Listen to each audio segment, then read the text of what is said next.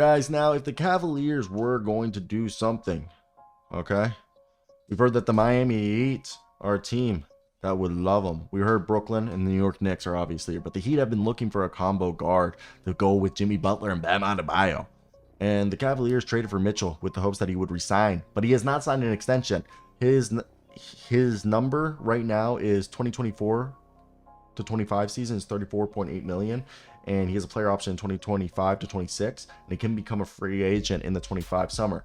So obviously Donovan Mitchell is a guy that we all know and all have come to love. He's a guy who's having arguably a career year this season, averaging third in 36.5 minutes a night, just under 28 points a game.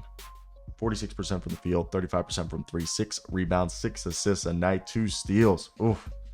He's a guy who can do a little bit of everything. The 6'3" with like a 7-foot wingspan on his body. All right. He's one of the most talented offensive players in the league. All right. He's a guy that can come out, score, give you anything from all 3 levels: drive to the rim, step back, be amazing. And even for his size, 4-time All-Star, been an All-NBA player. He's a guy who can, when he wants to, be an energetic defensive player. He's one of the most clutch players in the league. And he's not a great defensive player, but at times his physical attributes make him be better than what he should be. And he can be a bit of a ball hog, ball stopper, but he's become a better playmaker, especially this season with Darius Garland being out. So I think the Miami Heat going ahead and trading for him, that would have to be basically Tyler Hero being the guy with Nikola Jovic, Jaime Jaquez. Nikola Jovic, Jaime Jaquez, and the 2 or 3 first round picks they have to trade. And that would just be the start of the deal. If that deal were to ever come through or ever to happen, that's how it would happen. And I don't know, the more and more you look at this, do you actually believe that it would happen? I don't know. But that's basically my thoughts on that. I want to hear your guys's. Do you guys believe in a deal for Donovan Mitchell to the Miami Heat or not? So Donovan Mitchell, according to a report, is, to be exact, garnering interest from the Miami Heat. And it's not saying that he's available for trade. That's not what's happening. But allegedly, the Miami Heat, if Donovan Mitchell were to be made available, is a player that the Miami Heat would go, I believe, all chips to the middle of the table for. And it's kind of a bit of a not a detraction, but a bit different than what we've heard all season, where they've really liked their core. And this is coming from Brian Windhorst, that the Miami Heat and at least 2 other teams would be interested in Mitchell, who's under contract through July 25 and has a player option.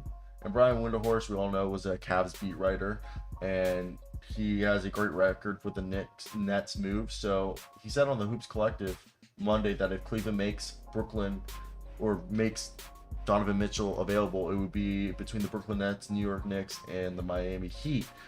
So the question is, who has the better package? And do you guys think he stays in Cleveland, or is that just destined to not, work out? If I was the Cavs, I would use this opportunity to boost up Donovan's, value, because if he balls out right now without without Darius Garland and Evan Mobley, he's gonna Donovan Mitchell, and if they win games, people are gonna be like, well then, wouldn't you not want to trade him because the core's looking good and they're gonna be good? No, the whole thing is, if he freaking balls out with those guys out, then it's gonna show teams that, yeah, this guy's he wasn't just in Utah, it's here in Cleveland. He's still doing it. He's still great, and he's been showing it. So having career highs across the board, and then you can maximize the trade value. Maybe get yourself, if you go up the Miami Heat and you're like, okay, give me Caleb Martin, give me Duncan Robinson, Tyler Hero, give me Nikola Jovic, and maybe Jaime Jaquez, and you can rob a team blind. I'm saying that's obviously theoretical, figurative. That's a freaking insane trade. But maybe the Knicks, you call up Emmanuel Quickly, Quentin Grimes, give me RJ Barrett, give me Jericho Sims, Miles McBride, give me every young guy on that roster. So that's my whole thing. I do want, in a cynical way, that Mr. Donovan Mitchell never ends up in New York and he ends up on the Miami Heat or some other team, and it just continues to be a saga that he wants to go to New York. And I just think it would be really funny that he's just always never on New York, and then when he does end up in New York, he's like 36. and it's just not like what it was. But like that's just me being a little cynical. I do think it's an interesting saga that's going to be a perpetual headline until something happens in the NBA. But I'm excited, and I think he's a great player. He's fun to watch, top 20 guy in the league. But yeah, this is just something that's just going to keep being in the headlines until he resigns or he gets traded. Yo, what's going on, guys? As you guys know, Hoops Hype did this great article about Mr. Miami Heat. I don't know why I said it like that, but let me hear your thoughts down below. What do you guys think of these rumors? So, links in the description. Once again, Miami is linked to the latest star player available on the trade market, Zach LaVine. Supposedly, we heard they're not really that interested in it, but the Heat will continue to be linked to any star player that becomes available, and the same names will inevitably pop up on the rumors section, including Tyler Hero and Kyle Lowry, thanks to Kyle Lowry's $29.68 million expiring contract, while sharpshooter Duncan Robinson, who's in the midst of a career year.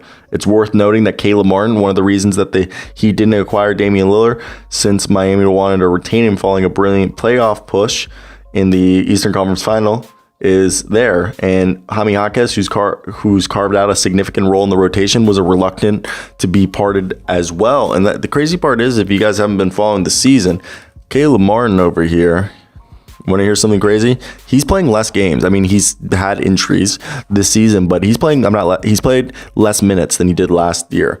Okay, and he's been a little bit colder. But you got Jaime Jaquez, who's looking like a 6th Man of the Year candidate.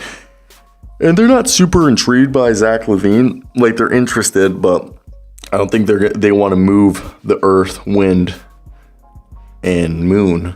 Earth, Wind, and Sun, I guess it would be, for him. But I'm definitely intrigued that it's going to be a bit, a bit, it's going to be a bit hard for them to trade for someone. I think their best guy that if they want to maintain cap flexibility, I personally think, okay, let's package Mr. Kyle Lowry. All right, Kyle Lowry, and who else could we throw in there? Kyle Lowry and like Orlando Robinson. But if you're really looking for someone, Kyle Lowry with, Kyle Lowry and Tyler Hero for Gordon Hayward and Terry Rozier. Let's do that deal. I'm so for it. If you guys haven't thought about that, that'd be, I think, a deal that actually could move the needle a lot more than people would actually want to give credit to, because it's actually not that bad of one. But again, I mean, this is all like opinionated, circumstantial stuff, because they're doing good. Do they even need to make these moves? Probably not. Okay, most people will tell you, why do they need to do that? And you would say, oh, because it would make them better. And they would say, how much better though? Okay, is it enough to say that they would win a championship because of these moves? I don't know if they move the needle that much. But hey, who am I? I'm just a guy here making a video at my university. Either way, if there was something else you guys wanted to hear, yeah, I don't know. Okay. I'm laughing. Also, someone put a bench at the top of the key. That's so funny. My boy just moved and he found a basketball court, and it's like a half court, and at the top of the key there's a bench.